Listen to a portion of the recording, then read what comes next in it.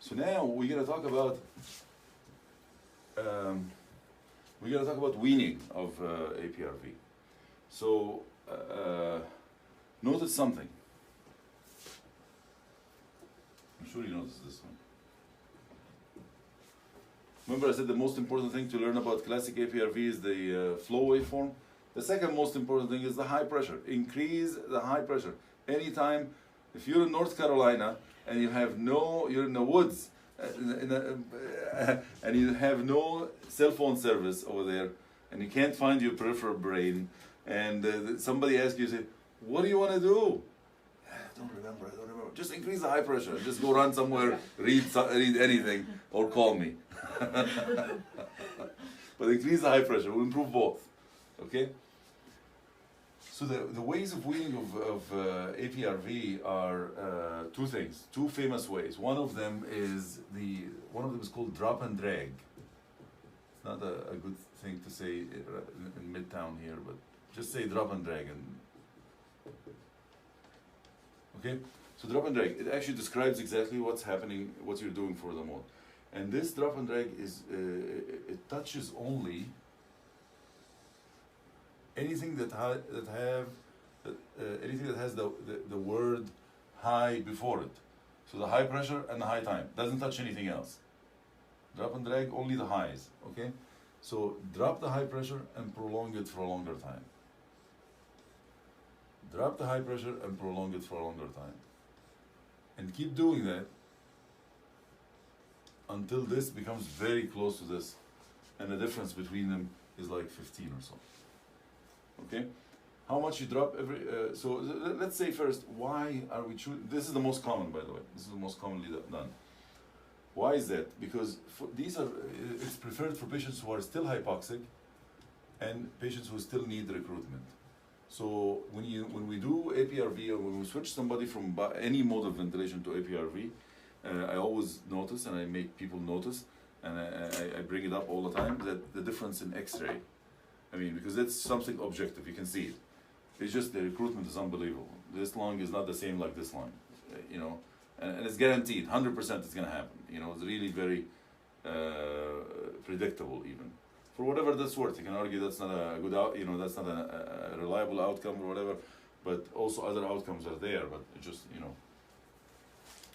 So if you see somebody that still have some issues with recruitment, still have some junk here and there, or somebody who's still hypoxic, it's not like 100%, it's really 92%, 91%, still struggling with hypoxia, this is be the most suitable mode for them, for weaning. Why? Because by decreasing the high pressure, what are you doing? You're affecting or worsening oxygenation and worsening ventilation, right? You're removing the support for both. But by prolonging the high time, what are you doing? You're improving oxygenation. So basically oxygenation will be neutral. And there'll be no net effect will be neutral on the oxygenation. But ventilation, you're further worsening ventilation, which basically you're putting the patient more in charge of the ventilation, right? So that's the hypothesis of why this is the most common way of weaning. So how do you wean? You go down by 5 and you prolong by 2 seconds. Every 12 hours. And I'm really toying with the idea, I've been toying with the idea of actually doing it every 8 hours. Because I don't want to be in a situation where, because there's no guidance. Nobody really have a lot of guidance in this mode, so we have to come up with our own thing. I don't want to be like SIMV. SIMV, we killed the mode because we were just doing it very slow. So I don't want to be slow here, but again, I try it and it's touch and go. Sometimes some people tolerate every 8-hour change, some people don't tolerate it every 8-hour change. It's not bad anyway. By the time you go from there, it'll take 3 days or so for weaning, and these people are sick anyway, so I don't think it's that bad to do it. But I'm still, or you should still, find the correct patient who you can do faster than every 12 hours. But anyway, the rule is that every 12 hours, go by 5 and 9. So at some point, you're going to reach to, this is 20 for 14 seconds, and this is 5 for 0.5 seconds. So the next move, this will be 15 for 16 seconds, right? At that time, the respiratory therapist probably is going to tell you, comfortable, prolonging this, and we need to move on and do SBT on the patient, stuff like that. Can we switch him to pressure support? Support, not control. So you're probably gonna say, okay, let's switch him to pressure support. What would be your settings on pressure support, which is basically pressure support and P? What would be the pressure support? What would be the P? Equivalent to the settings. 50 over 5? Wrong. No, I did that. I think P has to be 15. Yes. Right. So this is a mistake that's done by all respiratory therapists, or the majority of them, right? And all doctors, 100% of the doctors. Why? Because people think that because it's 15 over 5, then I have to switch it to 15 over 5. In fact, by the way, this mode is deceiving. I had a surgeon who was like, got embarrassed in front of the family because he didn't know that this mode makes the people look more awake, make their X-ray look better, and make them look better in general. But it's huge amount of PEEP, right? So they'd be like 20 over 5, 20 for 15 seconds, and 5 for whatever, 0.5 seconds, and they look awake and squeezing hand and breathing on their own, and the X-ray look great. So they went to the family and said, he's great, he's gonna be extubated today. I said, absolutely not. He has 20 of PEEP, right? So that's what you said, is that basically the high pressure is the PEEP. So what I care about is the PEEP. A PEEP has to be 15, and this I don't care, 10, anything, 10, 12, anything, right? But at least you have to make the PEEP 15. This way, you don't de-recruit the patient. I'm okay, by the way, to go from 20, if you want to do 7 over 5 and go directly down to 5 of PEEP, consciously, it's okay with me, right? If you're doing it consciously because you think the patient improved, I diuresed him or did whatever, that's a different story. I'm talking about unconsciously doing that, that's really stupid, all right? So, bi-level type of weaning.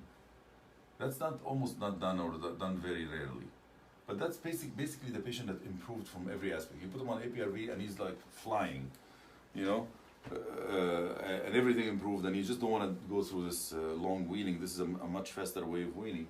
So basically from the name, it looks like we are doing 2 levels that are equal to each other in length and height. So basically you're touching everything. Remember this, touching only the highs? This is touching the highs and the lows. So basically you're reducing the high pressure and shortening the high time, and then raising the low pressure and lengthening the low time, and then again, and then again. See, the 2 levels are now closer to each other, and even in length became closer to each other. So now let's say I reached to the point that this is 25 for 4 seconds, and this is 10 for 3 seconds. And then I want to wean lower than that. And the respirators, should we put them on pressure support? Yeah. What pressure support are you going to put them on? So that 25 essentially PEEP. Wrong. He's on 10. He's on So now Like the pretty PEEP close. is the 10, is the low pressure. Now the PEEP becomes the low pressure. Why? Because I had prolonged it already for 3 seconds. So if you look at this wave, I already had reached the baseline, more than enough. 3 seconds is more than enough to reach the baseline and stay on the baseline for a long time. So the lung now had experienced the low pressure. The lung had seen the low pressure now. So it's okay for me to consider this the PEEP.